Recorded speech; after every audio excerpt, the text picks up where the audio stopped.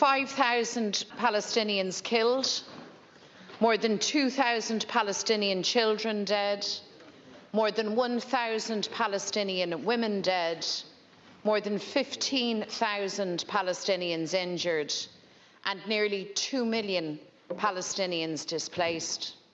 This Taoiseach, the depressing toll of human suffering inflicted on the people of Gaza over the last 2 weeks. The people of Ireland were rightly outraged and condemned the horrific attacks on Israeli civilians by Hamas on October the 7th. However, there is no justification for the onslaught raining down on Gaza by Israel's military machine. Israel's bombardment is not defence.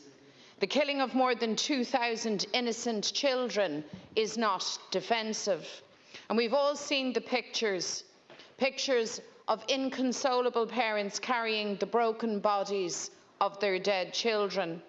The film of a heartbroken little girl crying out in search for her mama following an airstrike. The footage of a traumatised little boy covered in dust and debris asking a doctor, "Am I still alive?" Gazan parents are writing names on their children's legs and abdomens so they can be identified after an airstrike. As a mother, I can't imagine how that feels.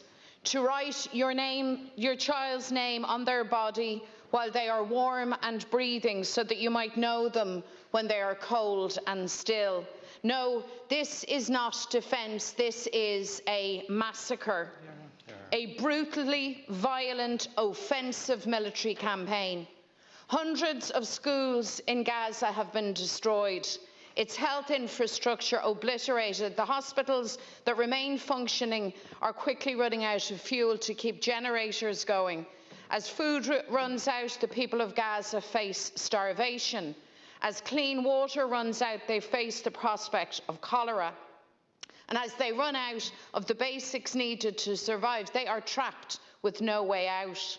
And now Israel assembles hundreds of thousands of troops and tanks on the border in preparation for a ground invasion, for more destruction, for more slaughter, for more Palestinian children dead. Israel is not exercising a right to defence within the boundaries of international law.